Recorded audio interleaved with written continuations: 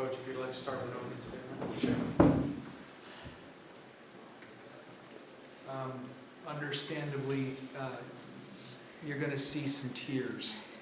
And I want you to know that some of that is tears of sadness. A great part of that is tears of a journey that's come to an end for 5 people, 2 of which are here in front of you, that have completely turned the trajectory of a program into a direction that we've always had a vision we wanted it to go. And that was breaking through to the elite level of teams. Now, today I thought we ran into not only an elite team, but an elite team with 20 years of being elite plus behind it. I give Mary, Shannon, Dave a ton of credit for what they've done with this group this year. I know they've had to do it with injuries, and I honestly believe that with their size, if they can handle the ball, and they serve well, that is a Final Four team. There's no doubt in my mind. I've been to a lot of Final Fours, and I know what it looks like, and we saw it tonight. You look at the stats are going to say UCF didn't play very well. And I don't know that that tells the truth. I thought Florida was exceptional. I thought their length was used to their advantage, and we just could not answer the height and the angles that they were able to hit. I was proud of how we fought. I was proud of how we never gave up. I was proud of how we took the attack to them when we could. In the end, it wasn't enough. Florida is completely underrated and underrespected, and I wish them the very best going forward. I'll be in Pittsburgh, and I sure hope to be there to watch them to play. When it comes to this season, what I just said to the team in the locker room was that this team will hang in the rafters as one of the greatest UCF volleyball teams to ever be on a floor. I believe that's true.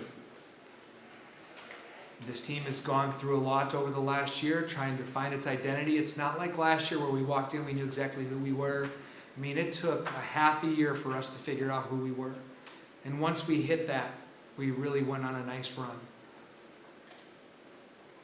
To be in a situation early in the year where we played Cincinnati and we weren't even in the same ballpark. And we played Cincinnati a second time and we were in the ballpark, we just weren't in the game. And then to have them in a championship match and be able to beat them, finally break through. And then come back after a layoff and have to face a team that we haven't beaten since 1984. That's a pretty tall mental hurdle to climb. I don't think this group, you guys weren't even born then, were you? I don't know. But for us to go out there and play a team, they were ranked during the year. They have all the tools that you need to go deep into a tournament. And for us to go out there and play as well as we did with the resilience that we did after coming off of a Cincinnati match, I mean, playing those 2 matches back to back, you know, and then you have to come in and you have to face a Florida. Well, you know, I think the magic only lasted so long. I thought we ran into Florida, who is the real deal, and I think I told you my thoughts on them and where I think they're heading. So I wish Mary and her group the very best. I hope that they go far. Coach Wise said if you looked at the score, you wouldn't realize just how difficult a win it was. How does that make you feel to hear that from her? I was kind of her to say that. She said some very kind things to me as we were in the post-match handshake. I'd like to believe that what she said was true. I do believe that what she said was true. And I'm just glad that people on the outside are recognizing that. I'm not going to share what she said, but I'm just really happy that somebody who I look up to and respect, and I have throughout my entire coaching career, respects and admires and sees that what we're doing as a program in such a short amount of time. You were up 2017 in that first set. You had a chance there, and then they go on the run to close We it did. out. You know, I think that's something that when we start to look back at the match, and we'll take a look at this match, and you know that was one that I thought we let get away. I thought that was a set that I felt like we could have taken, but you know, Florida had a whole lot to do with the fact that we didn't take it. Let's be real. What they do is you make a mistake, you make the wrong choice, you tip the ball in the wrong area, you don't get that pass, and they make you pay for it right away. And that's exactly what they did. They took advantage of every single mistake that we made and didn't let up. And I respect a team that does that. They had that opportunity to try to tie it back up and then shut the door on us, and they took advantage of that. That's why I say they're a Final Four team. They see it, they can smell the blood in the water, and they close the door. And I have a lot of respect for teams like that. But yeah, I felt like that first set slipped away from us. I thought we were executing pretty well, and you know, they just took advantage of some mistakes at the end. Allie, Aaron, you guys never stopped fighting, though. Talk a little bit about your fight in this. Yeah, the entire match, we were saying we're doing this together, win or lose, we're going out fighting together. And I don't think that could have held more true. We made sure that, you know, no matter what we did, that we looked each other in the eye and we said, hey, we got the next one, and we fully believed it, each and every one of us, and I think that was key. And, you know, win or lose, we were there together, and that's what mattered the most. Just like Allie said, like, she nailed it. We were there, we were in this together, like, all of our timeout talks, all of our in-between point chats, like, it was all, we got this, we're in it together, we're getting the next one. And like she said, fully believing that we were going to have the next point. I know this is fresh, but what's the legacy that you leave UCF with? I think UCF is going to be one of the names on the big screens. And this is just the start of that journey. I think each and every year we build upon that a little bit more and a little bit more. And you're going to see our name with big banners hanging and Final Four appearances and national championships. And this is just the start of that road. And so, you know, UCF's legacy is just starting. Mm-hmm. It really is just the beginning for us. I mean, when we came in, like, first year I was here, it was NIBC. Second year was NCAA. We were out in the first game. Like, this year we made it further. I would say you're going to see UCF keep making it further and further each year. Coach, what has to happen for that to happen? Well, I think, first of all, the culture, you know, UCF does have a volleyball tradition that, you know, not a lot of people know about. Back in the late 1970s, they were national champions in the AIAW, and you know, they've won many conference championships along the way through the 90s and 2000s. And each year, as UCF has grown, we've stepped up conferences, and things get tougher when you start competing. As college athletics landscape has changed, UCF has changed with it. And we find ourselves tangled with a lot of teams who are steeped in tradition, but we respect our tradition. And I know when these guys talk about legacy, they're talking about rebuilding a legacy that was started all the way back in the late 1970s, and right now we're the ones that are driving at the wheel, and we're trying to rebuild that legacy again, to get back to being one of those nationally prominent teams like they were back then. At the end, McKenna said, we're going to get them next year. What did you think when she said that? I full-heartedly believe it.